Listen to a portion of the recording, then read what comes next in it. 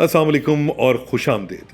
ہم آپ کے ساتھ ایک بار پھر حاضر ہیں ایک خصوصی سیریز خواب سے تعمیر تک ہوم فائنانسنگ کی مکمل گائیڈ کی دوسری قسم ہے. پچھلی بار ہم نے دنیا بھر کے کامیاب ہوم فائنانسنگ ماڈلز کا سفر کیا تھا. لندن کی بلڈنگ سوسائٹی سے لے کر سنگاپور کے سی پی ایف اور جرمنی کے مضبوط فنڈ بریف تک. لیکن ہمارا اپنا خواب، ہماری اپنی کہانی ابھی باقی تھی. آج ہم ایک ایسے تاریخی موڑ پہ کھڑے ہیں جو شاید ہمارے سب کے مستقبل کو متعین کرنے والا تھا.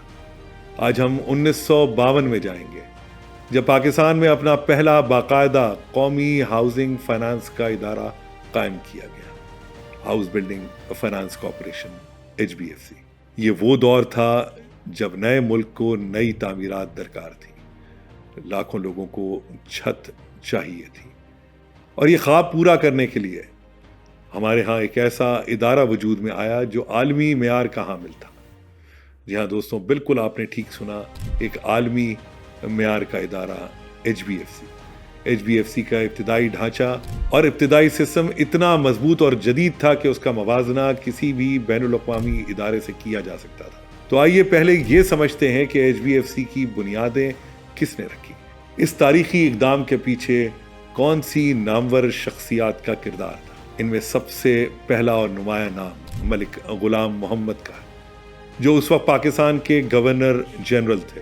ان کا تعلق مالیات کے شعبے سے تھا اور وہ معاشی ترقی کو بنیادی ترجیح دیتے تھے. انہوں نے ہی ہاؤسنگ کے شعبے کو فنانس فراہم کرنے کے لیے ایک خصوصی ادارے کے قیام کی راہ ہموار کی. دوسرا اہم نام سید مرتضی ضمیر کا ہے، جو اس ادارے کے پہلے چیئرمین مقرر ہوئے. وہ ایک نامور سول سرونٹ اور مالیاتی ماہر تھے، جنہوں نے ادارے کے ابتدائی قوانین اور میکانزم کو عالمی معیار پہ استوار کرنے میں اہم کردار ادا کیا. ان کی قیادت میں HBFC صرف ایک قرض دینے والا ادارہ نہیں بلکہ ایک جامع ہاؤسنگ ڈیولپمنٹ کے ویژن کا حامل ادارہ بنا. تو اب سوال یہ ہے کہ آخر اس ادارے کا میکانزم کیا تھا، اس کی شرائط کیا ہوا کرتی تھی.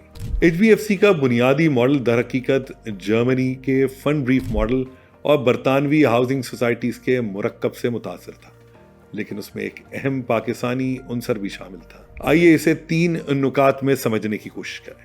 لیکن اس سے پہلے سب سے امپورٹنٹ چیز کہ HBFC کے پاس قرضے دینے کے لیے رقم کہاں سے آتی تھی.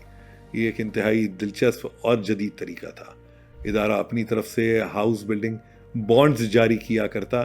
یہ بانڈز عام عوام، بینکوں اور اداروں کو فروخت کر دیے جاتے.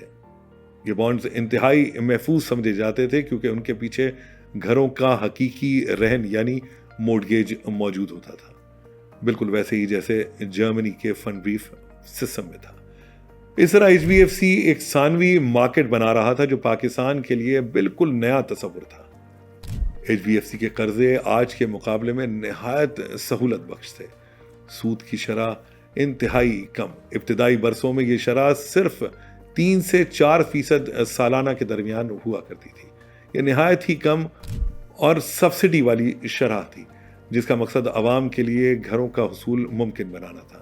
قرضوں کی مدت 20 سے 25 سال تک ہوا کرتی تھی، جس سے ماہانہ اقساط انتہائی کم ہو جاتی تھی. گھر کی کل قیمت کا 10 سے 15% ڈاؤن پیمنٹ کے طور پہ درکار ہوا کرتا. بنایا جانے والا یا خریدا جانے والا گھر قرض کے بدلے رہن رکھ لیا جاتا تھا.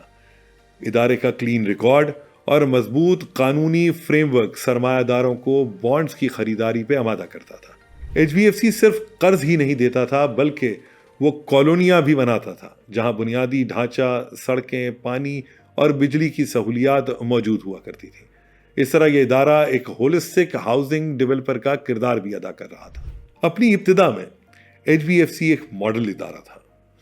آئیے اس کا موازنہ عالمی معیار سے کرتے ہیں. فنڈ بریف سے اگر موازنہ کیا جائے تو مشابہت میں دونوں ہی رہن پہ مبنی بانڈز جاری کر کے فنڈز اکٹھا کرتے. دونوں کا مقصد محفوظ ثانوی مارکیٹ بنانا تھا. فرق یہ تھا کہ فنڈ بریف نجی بینکوں کا نظام جبکہ HBFC ایک سرکاری ادارہ تھا. فنڈ بریف میں قرض کی حد جائیداد کی مالیت کا 50 سے 60% جبکہ HBFC فراخ دلی کے ساتھ 85 سے 90% تک قرض دیتا تھا، جو ایک سماجی بہبود کا پہلو بھی تھا. اگر اس کا موازنہ سنگاپور کے CPF سے کیا جائے تو دونوں کا ہدف غریب اور متوسط طبقے کو سستی شرح پہ گھروں کی فراہمی تھا۔ فرق صرف یہ تھا کہ سی پی ایف جبری بچت پہ مبنی جبکہ ایچ بی ایف سی کا انحصار بانڈز مارکیٹ پہ تھا۔ سی پی ایف کا دائرہ کار صحت اور ریٹائرمنٹ تک جبکہ ایچ بی ایف سی محض ہاؤسنگ پہ مرکوز تھا۔ اب اگر اس کا موازنہ امریکہ کے فریڈی میک سے کیا جائے تو مشابہت میں دونوں ہی ثانوی مارکیٹ کو فعال بنانے کے لیے قرضوں کو سیکیورٹیز میں تبدیل کرتے۔ فرق یہ تھا کہ فریڈی میک نجی قرض دہندگان سے قرض خریدتا جبکہ ایچ بی ایف سی براہ راست عوام کو قرض دیتا تھا اور پھر خود بانڈز جاری کرتا۔ فریڈی میک کی مارکیٹ کا حجم انتہائی بڑا جبکہ ایچ بی ایف سی کا دائرہ کار مقامی تھا۔ یہ ایک ایسا ادارہ تھا جو قوم کی تعمیر نو کے خواب کو سچ کر سکتا تھا۔ نتیجتاً یہ کہا جا سکتا ہے کہ ایچ بی ایف سی ایک شاندار شروعات تھی۔ اس نے عالمی بہترین طریقوں کو اپنایا لیکن ساتھ ہی اپنے مقامی حالات کے مطابق نرمی اور سماجی مقصد کو بھی ترجیح دی۔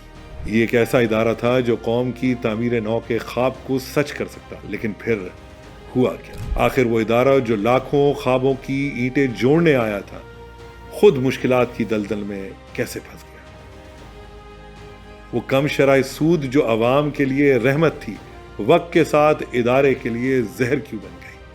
وہ بانڈ جو کبھی محفوظ ترین سرمایہ کاری سمجھے جاتے تھے ان کی قدر میں اتار چڑھاؤ کیوں آنے لگا؟ اصل کہانی اب شروع ہوتی ہے، کہانی سیاسی مداخلت کی، بدعنوانیوں کی، بیجا مرات اور ویژن کی کمی کی۔ وہ کون سے فیصلے تھے جنہوں نے اس عظیم ادارے کی بنیادیں کھوکھلی کر دی؟ اگلی قسط میں ہم ایچ بی ایف سی کے زوال کے اسباب کو بے نقاب کریں گے۔ ہم دیکھیں گے کہ کیسے ایک ٹھوس مالیاتی ماڈل کو سیاسی ہتھ کنڈوں کا شکار بنا دیا گیا، کیسے قرضے وصول نہ ہونے ڈھیر لگ گئے، اور کیسے پاکستان کی مورگیج فنانسنگ آج بھی اس تاریخی بوجھ تلے دبی ہوئی ہے۔ یہ کہانی صرف ایک ادارے کی کہانی نہیں، یہ ہماری اجتماعی ناکامی کا آئینہ ہے، لیکن اس آئینے میں ہمیں اپنا مستقبل کا راستہ چھپا نظر آتا ہے۔ اپنے ساتھیوں کو بتائیں، یہ قصہ شیئر کریں، کیونکہ جب تک ہم اپنی تاریخ کے ان اہم ابواب کو نہیں سمجھیں گے ہم اپنے مستقبل کی عمارت کھڑی نہیں کر پائیں گے۔ اللہ حافظ۔